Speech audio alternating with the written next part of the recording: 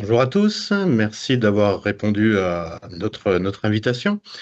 On a une petite heure à passer ensemble pour vous présenter un nouvel outil sur les schémas hydrauliques des solutions hybrides, un outil qui a été élaboré par l'association ICO et un outil qui a été fait pour vous car il présente des schémas et surtout les analyses fonctionnelles qui vont avec. Donc ça va au-delà d'une schémathèque. Ces analyses fonctionnelles sont un vrai plus par rapport donc à une schémathèque classique.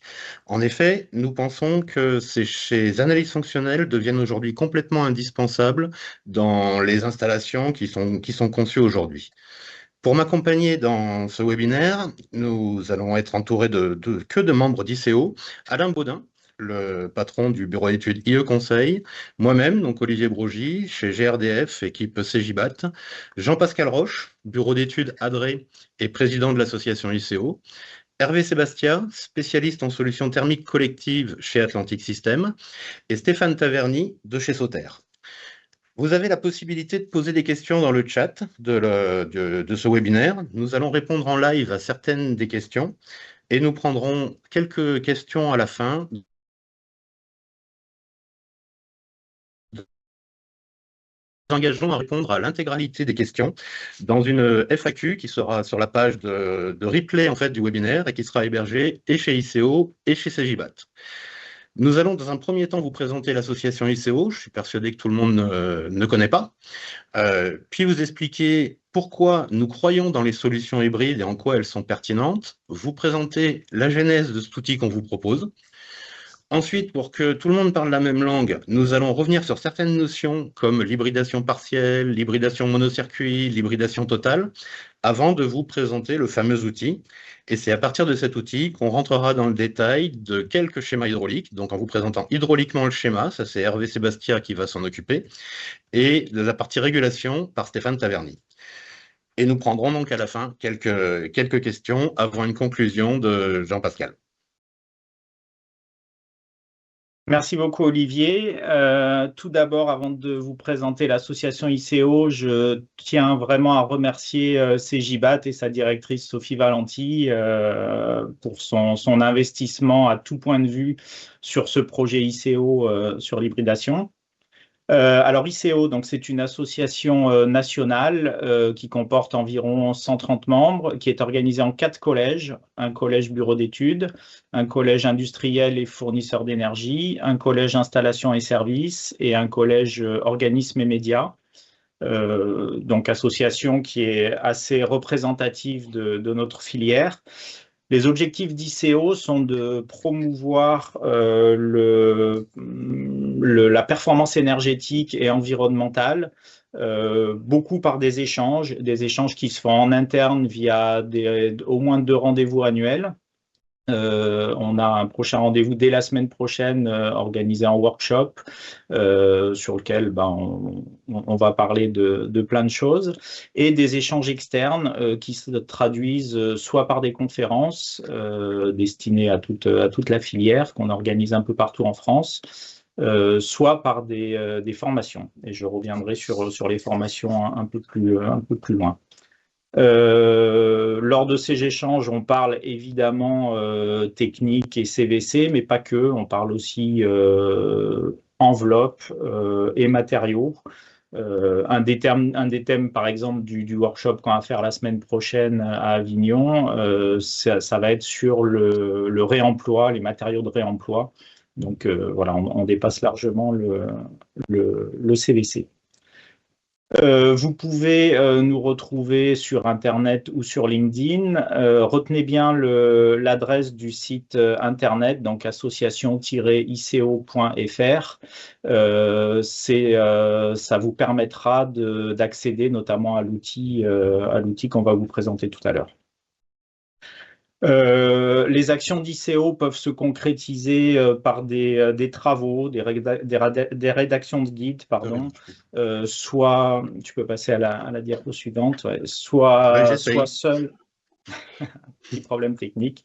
Voilà des exemples de travaux réalisés ces années passées. Donc des productions qui se font soit seules, soit en partenariat avec d'autres associations ou d'autres organisations. Comme je vous le disais tout à l'heure, ICO est également organisme de formation. Donc la formation organisme certifié Calliope.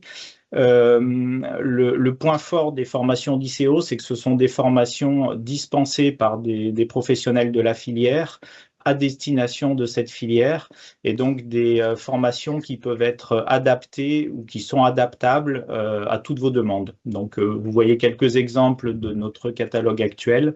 N'hésitez pas à nous contacter si vous avez des besoins à ce niveau-là.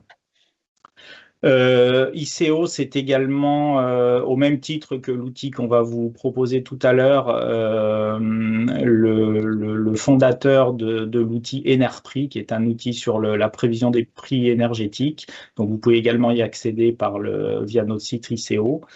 Et puis, pour en terminer avec la présentation d'ICO, l'actualité en ce moment, c'est les trophées de l'ingénierie performante, donc co-organisés avec le magazine bien connu Chaud-Froid Performance. Donc, c'est en place depuis une grosse dizaine d'années, voire un peu plus maintenant. Et donc, l'objectif, c'est de valoriser, de récompenser des ingénieries performantes. La remise des prix aura lieu sur le salon Interclimat au mois de septembre.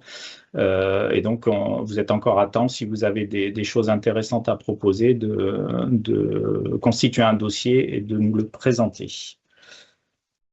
Voilà pour la présentation succincte d'ICO. Je vais passer la parole à Alain Baudin qui va nous expliquer un petit peu le pourquoi et le comment de la présence d'ICO et du travail d'ICO sur l'hybridation. Voilà, bonjour à tous. Donc, pourquoi est-ce qu'au sein d'ICO, on croit en l'hybridation? En fait, lorsque l'on parle de décarbonation des systèmes de chauffage et d'eau chaude sanitaire, on entend souvent des débats qui opposent les différentes énergies. Et pour ICO, ce n'est pas la bonne approche. La vraie question à se poser est de savoir comment construire un système énergétique qui est à la fois décarboné, robuste, résilient et économiquement soutenable pour nos clients. C'est pour cette raison qu'au sein d'ICO, nous considérons qu'il ne peut pas y avoir de souveraineté énergétique sans mix énergétique. Bien sûr, l'électricité jouera un rôle majeur dans la transition énergétique, notamment grâce aux pompes à chaleur, mais nous devons également tenir compte des réalités du terrain. La rénovation du parc existant prendra beaucoup de temps, plusieurs décennies, et l'électrification croissante des usages nécessitera des adaptations importantes des réseaux. Et tout ça va bien sûr prendre beaucoup de temps. C'est pour ça qu'il nous paraît important de conserver plusieurs énergies et de les faire travailler ensemble plutôt que de les opposer. Et l'hybridation répond précisément à cette logique. L'hybridation permet tout d'abord de décarboner. Associer une pompe à chaleur à une chaudière gaz permet déjà de réduire fortement les consommations d'énergie fossile. Et cette solution ouvre la voie à l'intégration progressive des gaz renouvelables, dont le biométhane. Ensuite, l'hybridation permet de sécuriser les installations. En effet, elle permet de limiter les appels de puissance électrique lors des périodes hivernales les plus critiques.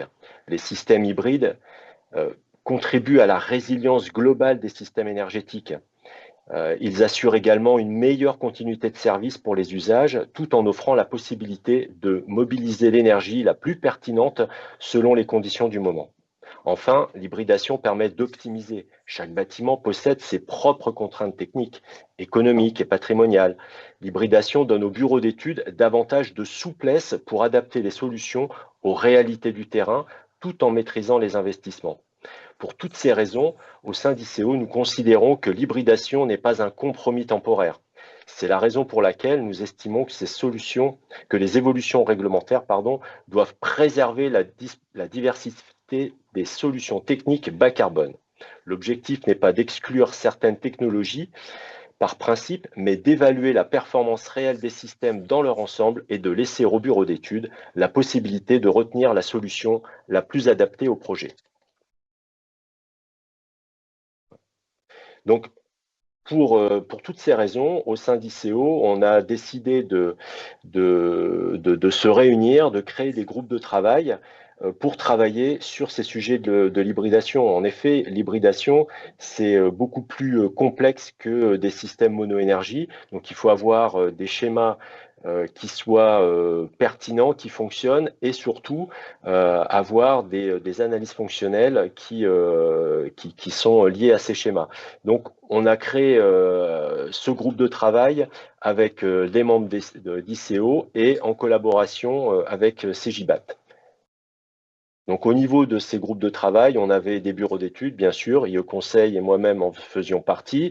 On avait Christian Schwarzerg du bureau d'études Enerlab, Jean-François Corollaire du bureau d'études CareExpert, Jean-Baptiste Bernard du bureau d'études Ecom, Jean-Pascal Roche, bureau d'études ADRE, président d'ICO, des industriels autour de la table également, avec Hervé Sébastia du groupe Atlantique, Xavier Daboga de la société Wiesmann et Stéphane Taverny de la société Sauter, et puis un accompagnement également de personnes de CGIBAT avec Vincent Lallemand, Pierre Muri, Karim Djama et Olivier Brogy.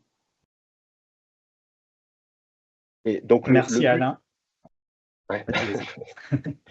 Donc le but était de proposer des solutions qui fonctionnent, bien évidemment. Ces solutions qui fonctionnent ne sont pas les solutions à recopier pour vos projets sans que vous y mettiez vos propres adaptations à vos propres problématiques de vos projets. Donc, c'est une base de réflexion dont vous pouvez vous inspirer. Donc, il y a 3 typologies de schémas. Des schémas en simple service avec du chauffage, on verra après. Des schémas en double service et des schémas en triple service. Et le triple service étant pour ajouter le rafraîchissement pour l'été.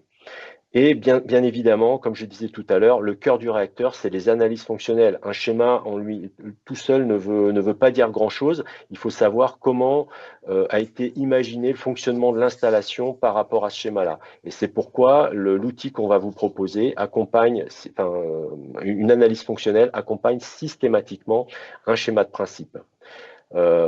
L'objectif de l'outil, ça a été également de partager à l'ensemble de la profession, d'où le webinaire aujourd'hui, tout ce travail élaboré par ICO. Et donc, c'est ce qui nous a motivé à créer cet outil. Et puis, on vous la présentera tout à l'heure, la plateforme par laquelle vous allez pouvoir y accéder.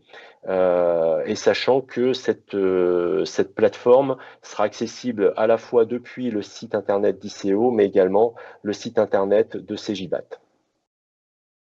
Voilà. Merci beaucoup Alain. Avant de vraiment vous présenter l'outil, on souhaitait poser un petit peu les bases à la fois au niveau hydraulique et à la fois au niveau régulation de l'hybridation. Du coup, je vais passer la parole à Hervé Sébastia qui va vous parler des différences de performance entre les systèmes d'hybridation totale, partielle et monocircuit. C'est à toi Hervé. Bonjour à tous.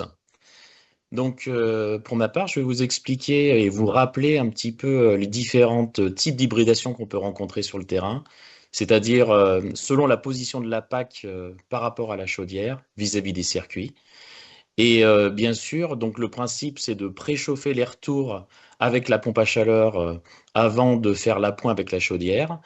Et selon les schémas, vous le verrez, il y a différents objectifs qu'on peut atteindre.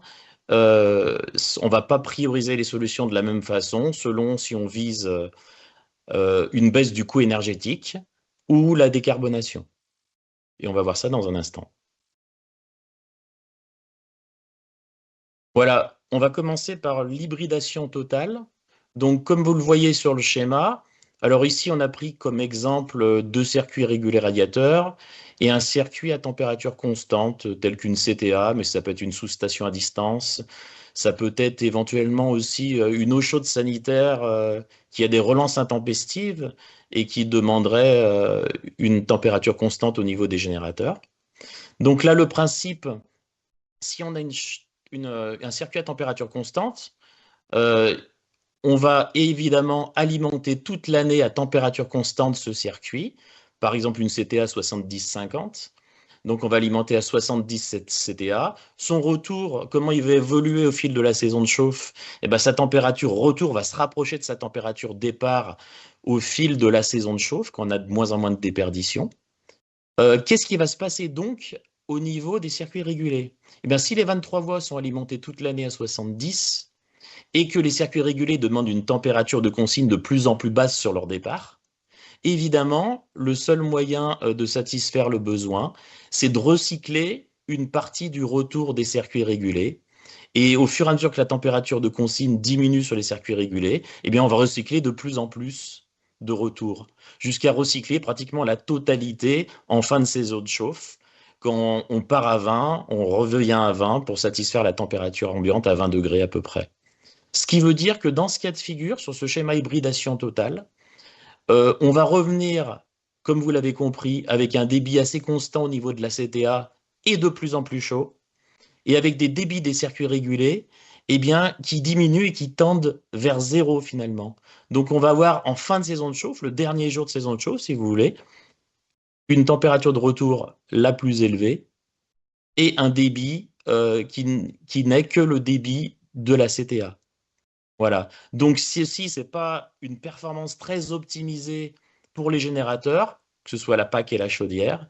Donc, il vaut mieux, évidemment, sur ce genre de schéma en hybridation totale, privilégier des circuits à loi d'eau régulée seule, éviter les circuits à loi d'eau constante, à moins que ce circuit à loi d'eau constante n'ait pas un fonctionnement permanent, comme on peut le voir, une CTA dans une cuisine qui est là en fonctionnement que pendant les heures de travail des cuisiniers. Ensuite, ça va aller un peu plus vite puisque j'ai expliqué le principe précédemment, l'hybridation partielle. Donc on a vu que la situation n'était pas idéale face à un circuit haute température sur le retour général des circuits au niveau de la PAC. Maintenant, on décide de positionner la PAC où? Eh bien sur les circuits régulés, pour profiter seulement de la température de retour de ces circuits régulés. Donc effectivement, on n'est plus impacté par le retour chaud de la CTA qui est de plus en plus chaud au niveau de la saison de chauffe. En revanche, au niveau des circuits régulés, étant donné qu'on est positionné après les 23 voies et qu'on recycle de plus en plus au niveau des 23 voies du bypass dû à la température d'alimentation constante des 23 voies, eh bien on va avoir un débit qui tend vers zéro. Voilà.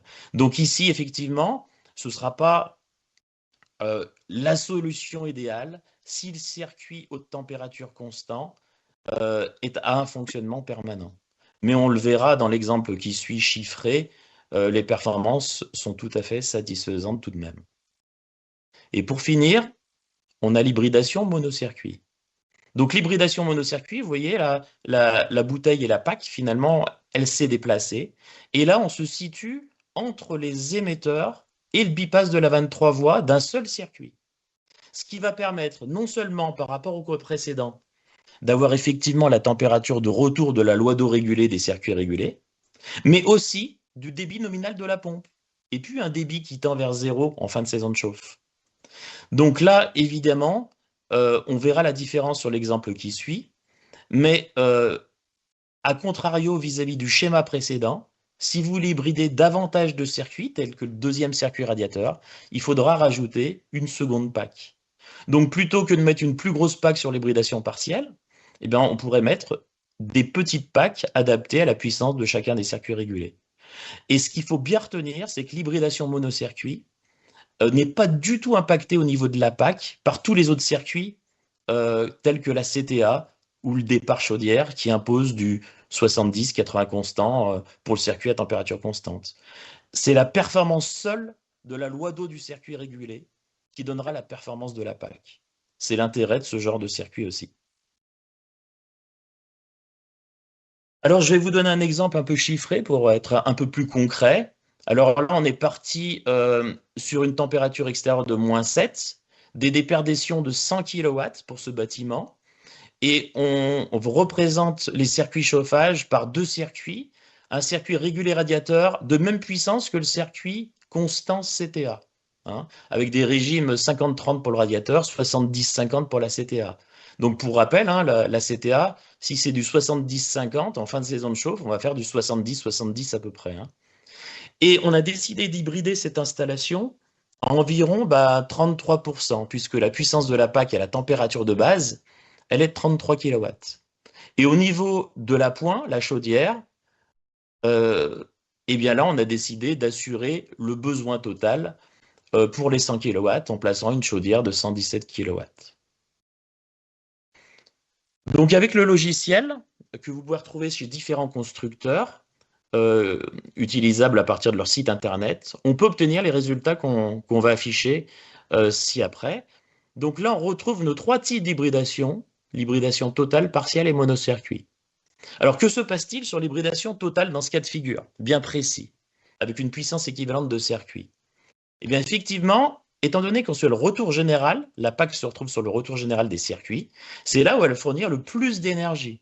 181 000 kWh sur les 247 mégawattheures nécessaires.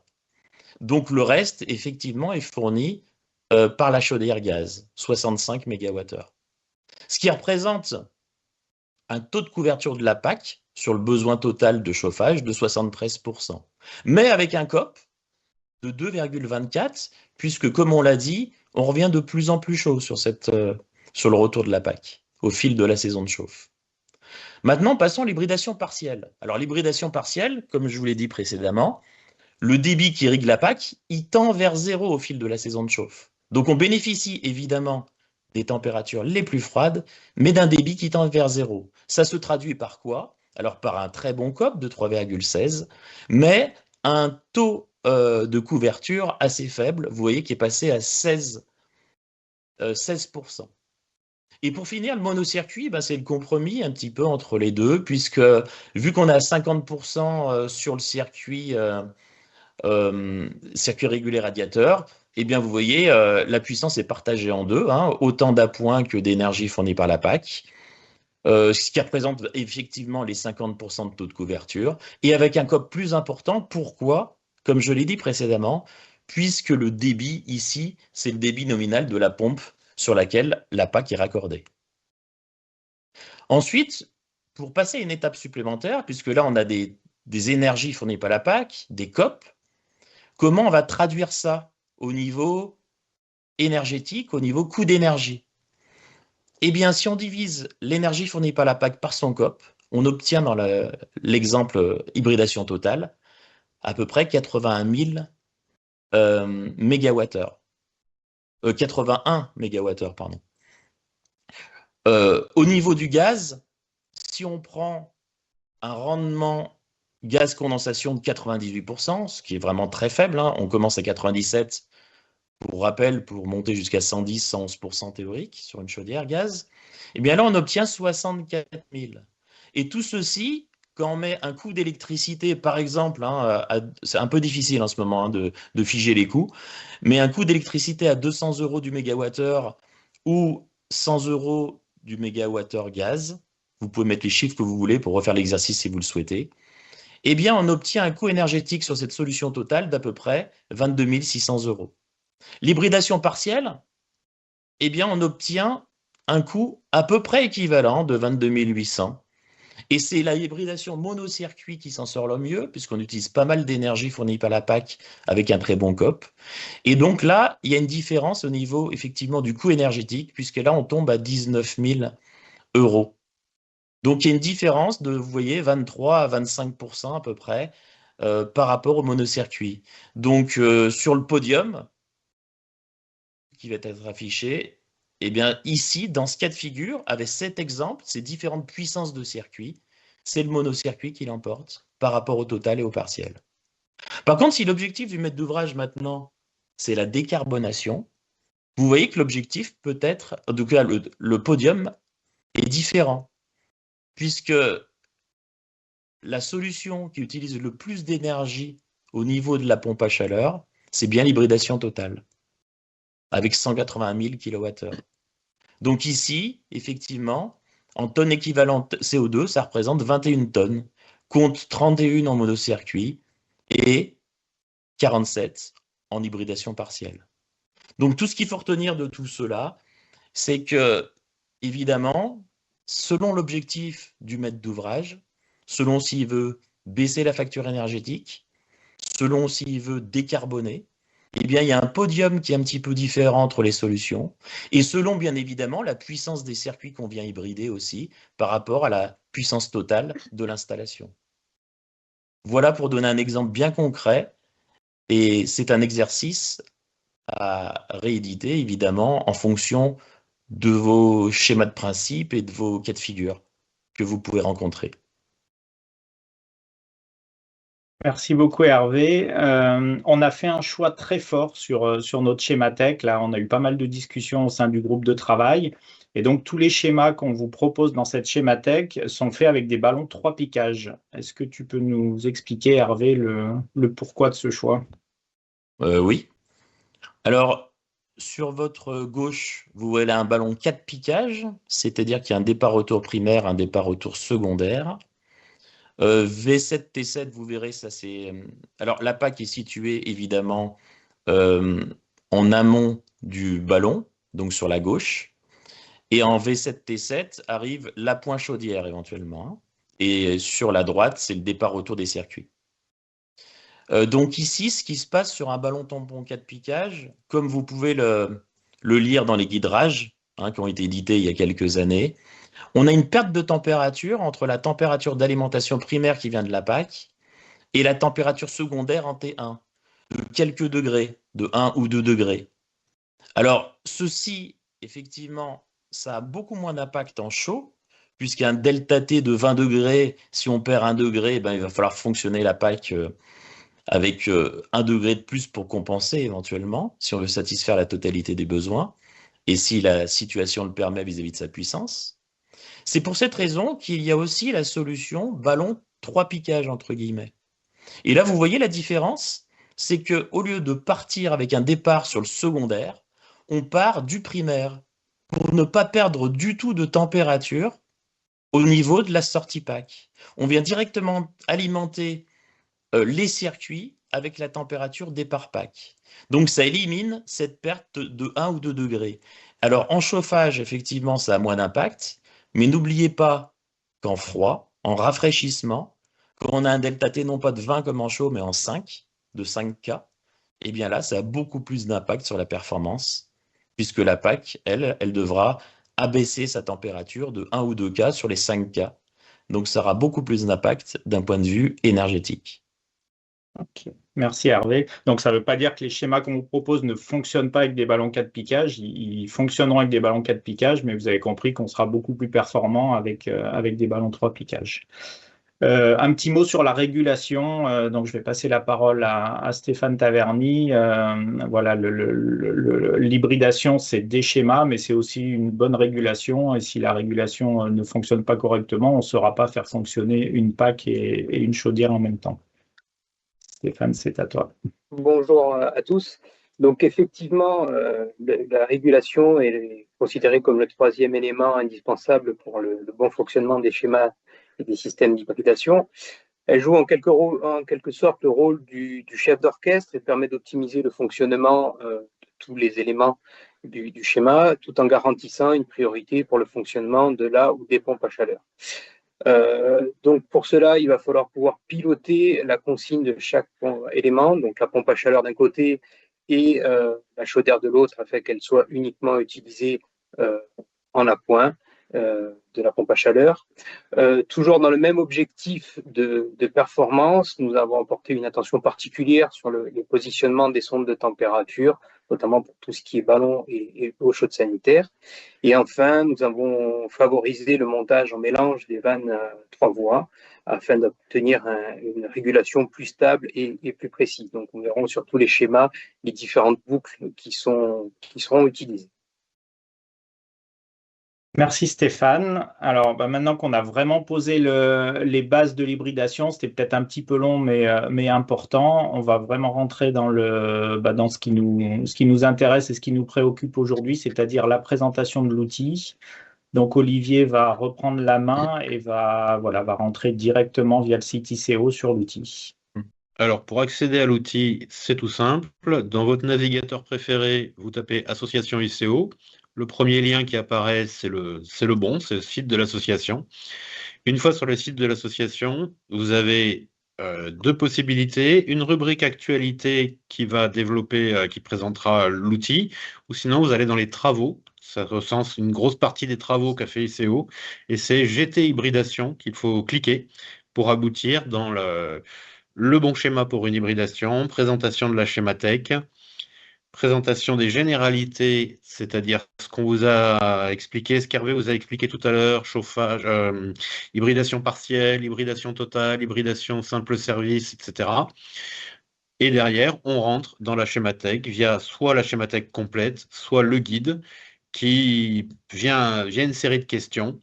La première question étant par exemple, est-ce que vous êtes chauffage seul, chauffage plus ECS, chauffage plus froid plus ECS? Et via une série de questions, ça vous sélectionne une partie des schémas. On va maintenant rentrer sur quelques schémas. Le schéma de simple service seul, chauffage seul. Hervé, je te laisse la main de l'hydraulique de ce schéma. Avec plaisir. Donc ici, on se retrouve sur une hybridation de la totalité des circuits chauffage, réseau 8 et 9. Voilà, donc le retour des circuits va évidemment être préchauffé et dirigé vers le ballon tampon primaire de la PAC pour être préchauffé. Alors selon la puissance de la PAC, selon la saison de chauffe, on va pouvoir satisfaire une partie ou la totalité des besoins. Ensuite, évidemment, on passe par la sonde T1 et on va se diriger vers le départ des circuits. Et ici, en se dirigeant vers le départ des circuits, on arrive vers la vanne V7, la vanne 3 voies, qui là est l'appoint chaudière finalement. Donc, ce qui veut dire, c'est la chaudière est au-dessus, là où montre Olivier avec la main, là. Donc, si ce n'est pas suffisant, bah, la vanne V7 va venir compléter la puissance. Et si la puissance de la PAC est suffisante, eh ben, on ira alimenter les circuits, les deux circuits réseau régulés. Alors maintenant, Stéphane va pouvoir peut-être compléter et nous apporter des informations au niveau de la régulation de ce circuit. Alors, sur ce circuit, on va voir essentiellement les bases qui seront dupliquées sur quasiment toutes les applications suivantes. Sur la partie droite du schéma, vous avez des régulations classiques des radiateurs, par exemple, avec une loi d'eau.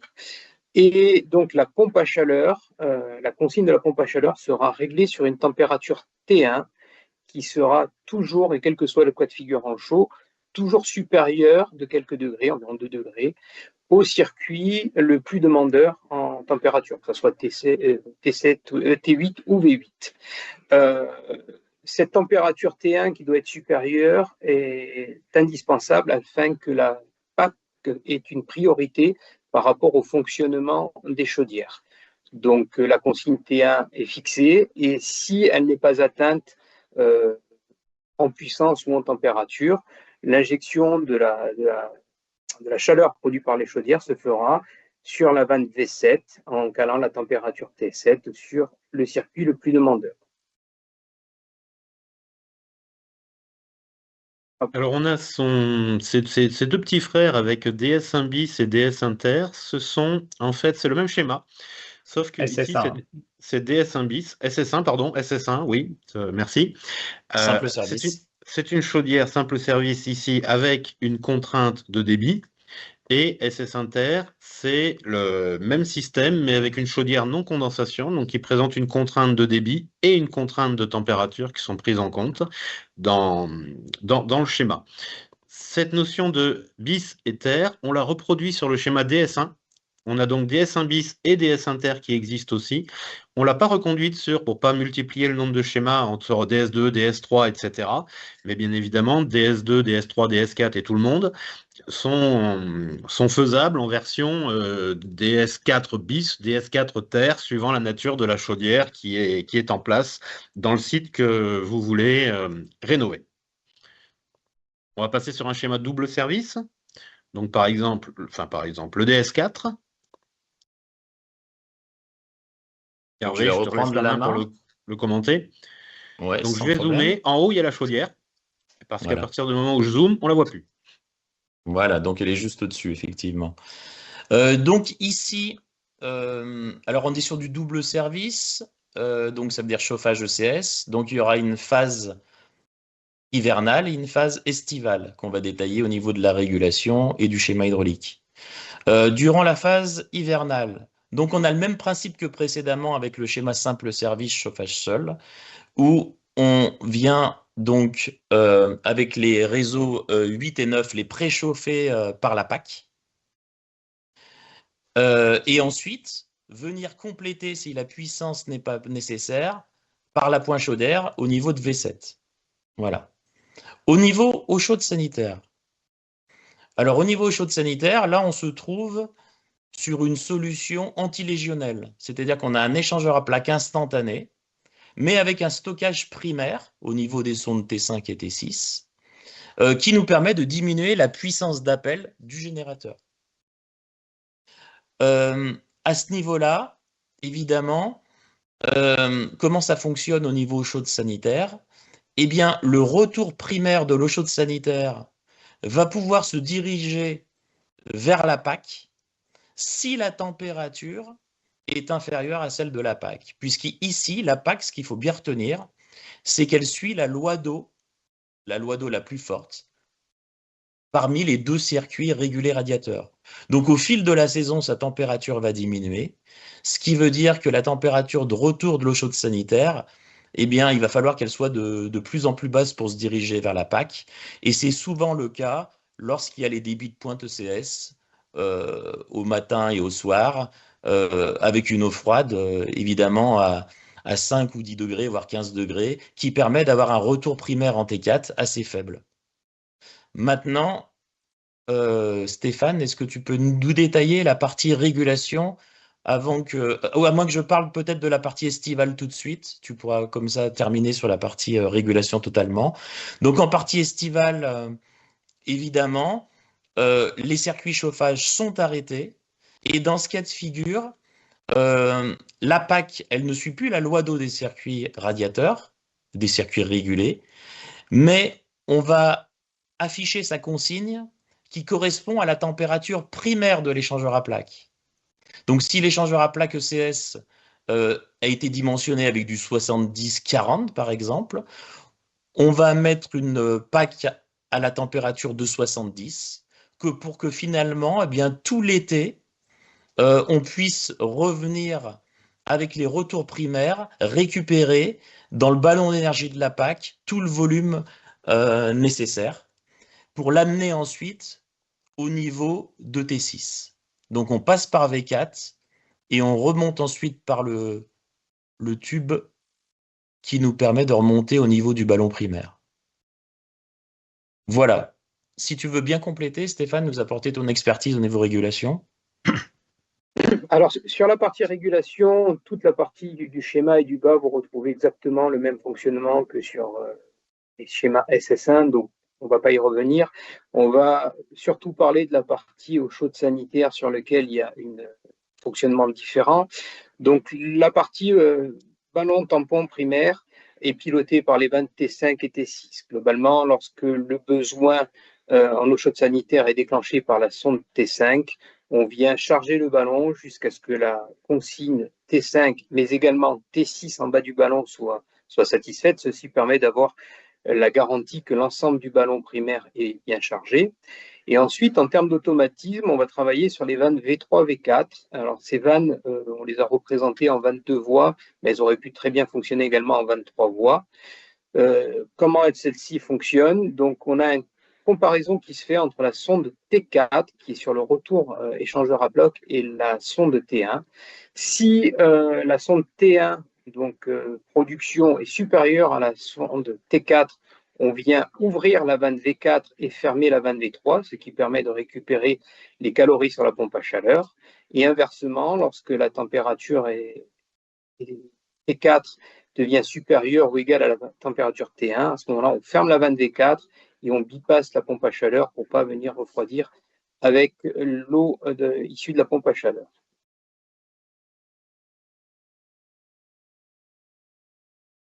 Merci, messieurs. La même chose sur T6, ce coup-ci avec 2 pompes à chaleur. Oui. Sur DS6, pardon. DS6. Donc ici, nous sommes ce qu'on appelle sur des packs par usage.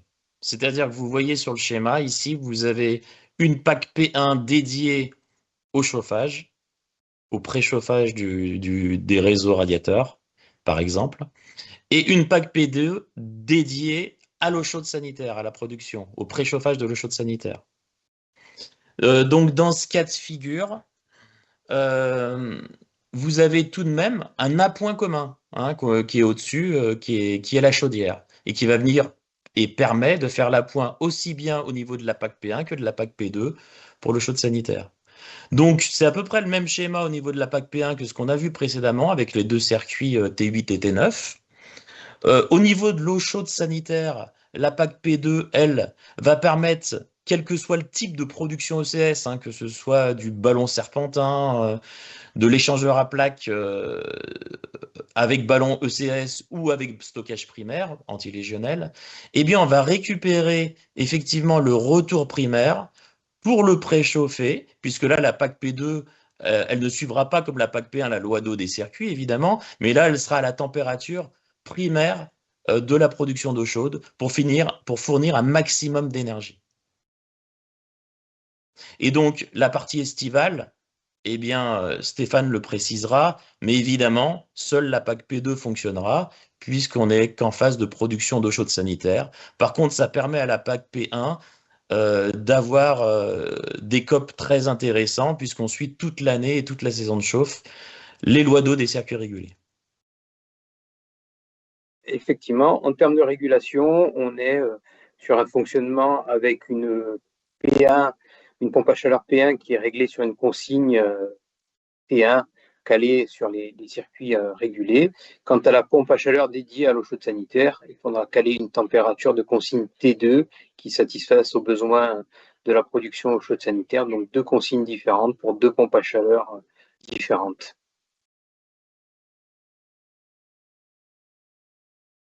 On va maintenant passer sur un schéma triple service. Alors, le schéma triple service, vous voyez deux icônes qui sont apparues ici, l'icône hiver et l'icône été. Donc là, vous avez le schéma, je zoomerai dessus tout à l'heure, le schéma en mode hiver. Donc ça, c'est le mode hiver. Et si vous cliquez sur le mode été, vous avez le schéma en mode été. L'analyse fonctionnelle, évidemment, distingue ces deux cas, hein, bien évidemment, le fonctionnement de l'installation en hiver, et bien sûr, il y a un chapitre sur le fonctionnement de l'installation en été. Mais donc, en cliquant sur ces deux boutons-là, vous avez donc le distinguo entre les deux schémas. Je vous l'affiche en hiver, messieurs, ou vous le préférez en été? On va commencer par le chauffage. Allez.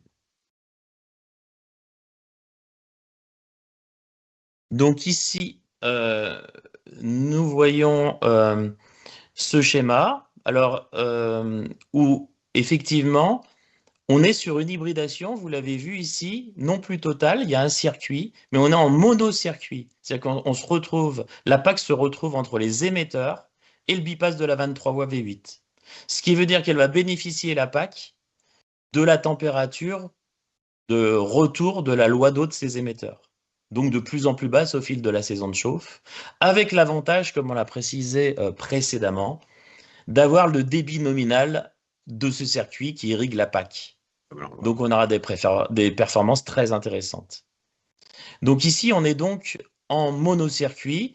On va récupérer les retours de ce circuit chauffage, passer par la PAC. Elle va fournir évidemment toute la puissance qu'elle peut selon son dimensionnement de 15 à 40%, ce qu'on préconise en hybridation. Et d'autre part, donc, dans ce cas de figure, l'appoint se fera par la chaudière au niveau de la 23 voies V8. Maintenant, au niveau eau chaude sanitaire. Alors, au niveau eau chaude sanitaire, là où pose sa souris Olivier, vous remarquerez qu'il y a un échangeur à plaques instantané raccordé sur le ballon primaire de la PAC. Donc, à ce niveau-là, on va venir préchauffer l'eau chaude sanitaire avant qu'elle arrive à la production d'eau chaude.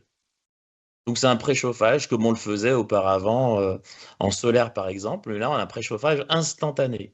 Donc il faudra tout de même être vigilant à une chose, c'est qu'une PAC, elle a ce qu'on appelle une enveloppe de fonctionnement, en mode chaud et en mode froid.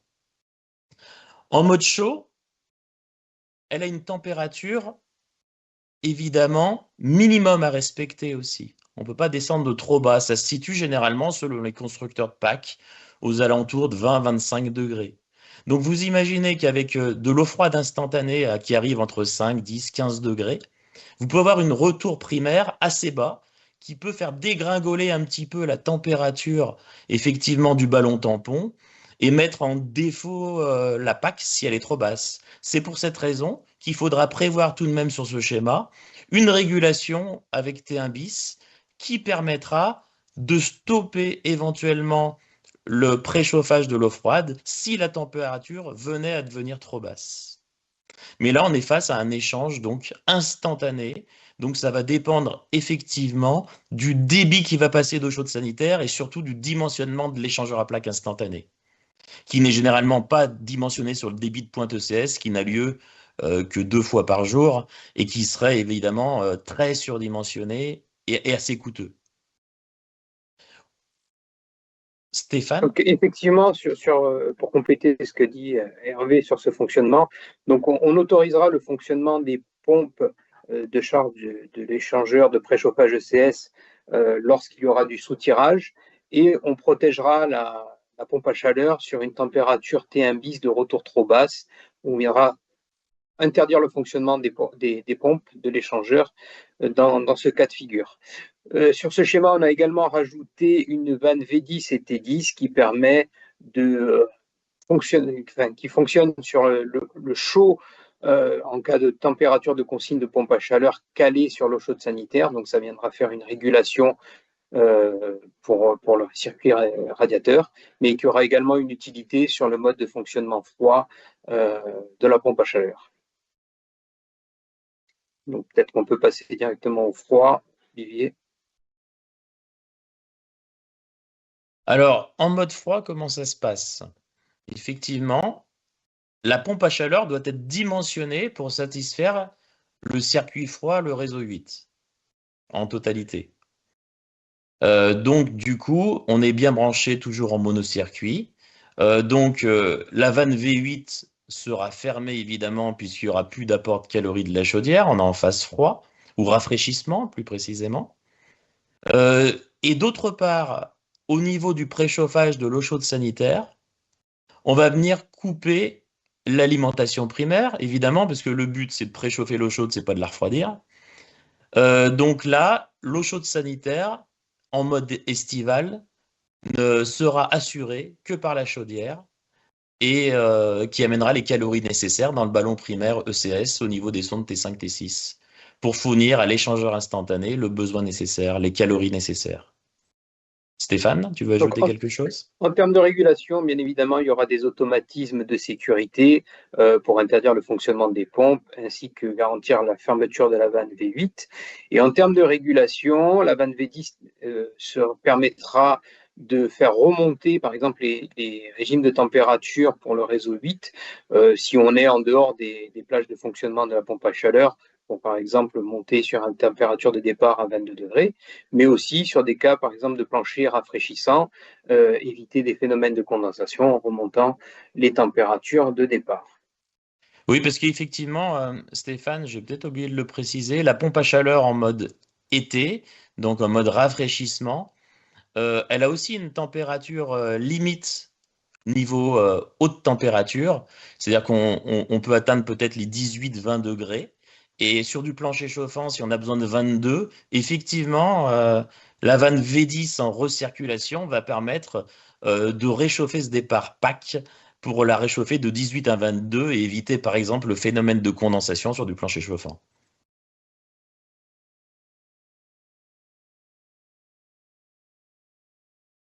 Merci messieurs. On va maintenant répondre à une série des questions auxquelles on n'a pas répondu dans le chat, des questions qui restent en suspens. Je reprends juste 2 secondes pour réexpliquer le cheminement, parce qu'a priori, il y a eu un gros écho au moment où j'ai commencé à parler. Donc, quand vous arrivez sur le site de l'association ICO, il faut aller dans les travaux. Donc, vous rentrez sur le site de l'association, vous avez les travaux, GT hybridation, et c'est là que vous rentrez donc dans la schémathèque et dans les schémas. Ensuite, une autre question qui nous a été posée, c'est sur Je les te schémas. coupe, Olivier. Ouais. On va mettre en place sur le site ICO un chemin plus court. En fait, on a une rubrique actualité, si tu peux revenir sur Oui. la première page du site.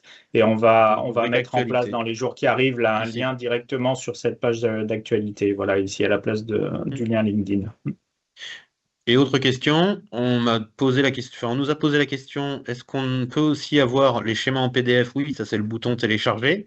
Les schémas en DWG sont accessibles aussi, mais sur demande, et ça se fait via la rubrique contact du site.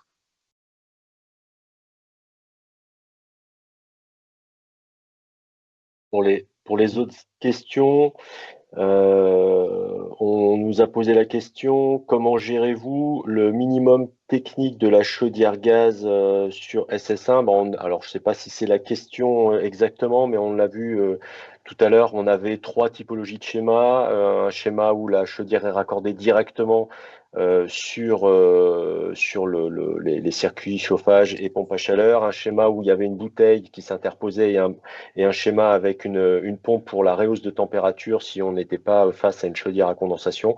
Donc si c'était la question, voilà, on a ces trois schématiques se dupliquent sur la simple hybridation double service et triple service. J'ai vu passer ouais, je te coupe. Vas-y, Jean-Pascal. J'ai vu passer une question de Romain, je crois, sur l'intérêt d'hybrider la production d'eau chaude sanitaire en rénovation. Alors, évidemment, chaque cas est particulier. C'est difficile de répondre à une question comme ça, mais comme vous l'a expliqué Hervé tout à l'heure, il y a des possibilités en fonction de l'objectif recherché d'hybrider soit un seul circuit, soit certains circuits, soit de faire une hybridation totale, et donc y compris avec la production d'eau chaude sanitaire. Et puis ce que je voulais dire aussi par rapport à la production d'eau chaude sanitaire, vous l'avez vu sur certains schémas, et il y en a d'autres qui sont dans la schémathèque, on a des possibilités via la pompe à chaleur, de faire un préchauffage en fait de l'alimentation d'eau froide. Vous avez vu des schémas avec un petit échangeur là sur l'alimentation eau froide de la production ECS. Donc c'est des façons assez simples en fait de faire une hybridation sur la production d'ECS. Il y avait une autre question aussi, alors on n'a pas pris le temps de tout présenter, mais où les schémas de principe devaient être complétés chacun d'un tableau de mode de fonctionnement et statut d'ouverture, fermeture des vannes, pourcentage de débit de pompe, est-ce prévu? Donc en fait, l'analyse fonctionnelle qui accompagne chaque schéma présente en fonction du mode fonctionnement ECS, fonctionnement chauffage, fonctionnement été, fonctionnement hiver quand on est en triple service. On indique l'ouverture, quelle vanne est ouverte, c'est pour ça qu'elles sont toutes numérotées. On indique si la vanne est ouverte, si la vanne est fermée. Bon, par contre, par rapport au pourcentage de débit de pompe, là, ça dépend complètement des installations et c'est à chaque concepteur d'installation d'analyser la globalité de l'installation et de voir en fonction des débits et des régimes de température des différents circuits, de savoir si on hybride la totalité, si on discrimine certains circuits ou pas. Donc ça, après, c'est au concepteur d'adapter son schéma. Je rebondis sur une question posée par Franck. Est-ce que les schémas d'hybridation sont intégrés en préconisation par les fabricants au sein de la notice de mise en œuvre? Oui, évidemment. Chez Atlantique, c'est le cas en l'occurrence. Vous retrouvez différents documents pour vous aider. Alors déjà, les notices d'installation et d'utilisation qui sont livrées avec les produits, où vous retrouvez tous les différents schémas et selon le schéma, le paramétrage nécessaire au niveau de la régulation en l'occurrence et du câblage électrique. Ça, c'est déjà une chose importante. D'autre part, vous avez aussi une chose très importante, les guides d'intégration. Alors, les guides d'intégration, c'est pour la mise en œuvre de la pompe à chaleur vis-à-vis de la zone de danger, etc. Donc, toutes les bonnes préconisations pour installer la PAC en bonne et due forme. Et d'autre part, vous retrouverez aussi chez les fabricants, assez souvent, des schémathèques avec tous les différents schémas qu'on a vus, accompagnés de l'analyse fonctionnelle pour être assez complet. Je pense avoir répondu à la question de Franck. Voilà. Et juste pour compléter ce que dit Hervé, donc Viessmann a également participé au groupe de travail, Viessmann qui est membre ICO, et donc voilà, la schémathèque a été aussi travaillée avec d'autres constructeurs qu'Atlantique. Donc, il y avait d'autres questions qui tournaient aussi autour de la chaudière sur les schémas SS1, par exemple. Évidemment, le schéma SS1 où il n'y a aucune particularité au niveau hydraulique, c'est une chaudière qui n'a pas de contrainte de température ni de débit, hein. Donc, elle va venir s'arrêter simplement sur sa température de consigne. Alors qu'il y a une autre question qui précise effectivement, faut-il des ballons tampons sur les packs ou des bouteilles de découplage hydraulique, comme on appelle? Oui, évidemment, si la chaudière, comme les schémas SS1 bis Ether qu'a présenté Olivier, présente une contrainte au niveau du débit, donc là il faudra une bouteille, pas forcément une température de retour contrôlée, puisque s'il y a la condensation. Et dans le cas, si elle cumule les deux contraintes de débit et température, il faudra non seulement la bouteille de découplage hydraulique, mais aussi le maintien de la température sur son retour pour éviter le point de rosée à 55 degrés au gaz.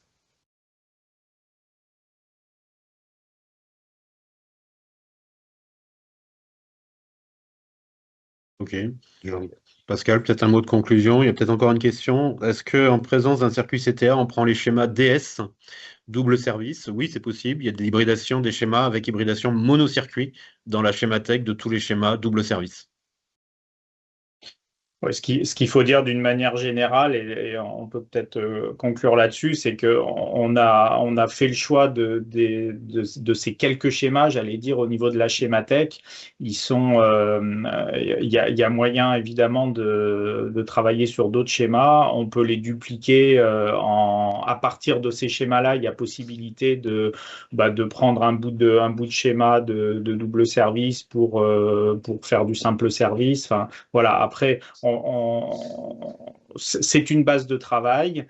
On ne va pas se substituer au travail du bureau d'études en conception. Et voilà, l'idée, c'est de donner un outil aux concepteurs ou aux réalisateurs d'installation ou aux mainteneurs d'installation pour aller sur l'hybridation, mais à chacun de s'approprier ces schémas et de les faire vivre.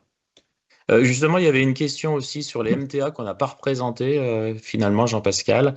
C'est Ouais. tout à fait possible d'avoir des schémas en hybridation avec des MTA, hein, avec parce que le MTA, c'est simplement un circuit départ-retour. Donc, on revient dans la PAC pour faire le complément avec la chaudière. Et ça, vous le retrouverez chez les différents constructeurs et bientôt chez ICO, puisqu'on le rajoutera, ce schéma.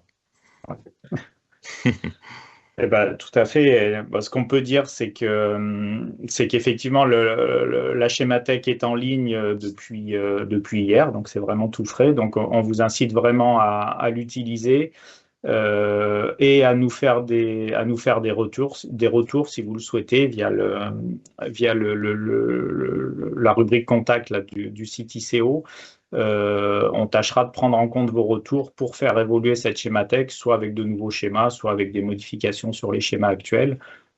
C'est ça aussi l'esprit d'ICO, c'est l'échange, le partage et voilà, faire en sorte qu'on puisse faire évoluer ces schémas-là. Il me reste à vous remercier d'avoir assisté à ce webinaire. Donc, je vous incite vraiment à utiliser cette schémathèque. Si vous souhaitez en savoir un peu plus sur ICO, faire un bout de chemin avec nous, on est à votre disposition pour échanger sur l'association. Et puis, peut-être un rendez-vous pour nos auditeurs de l'ouest de la France. On organise une conférence le 3 novembre à Nantes. Sur les thèmes RE 2020 et hybridation, justement, où on parlera un peu plus en détail de ce travail qui a été fait sur l'hybridation. Un grand merci à toutes et à tous d'avoir assisté à ce webinaire et puis à très bientôt. Bonne journée. Merci. Bonne journée. Au revoir. Merci, au revoir.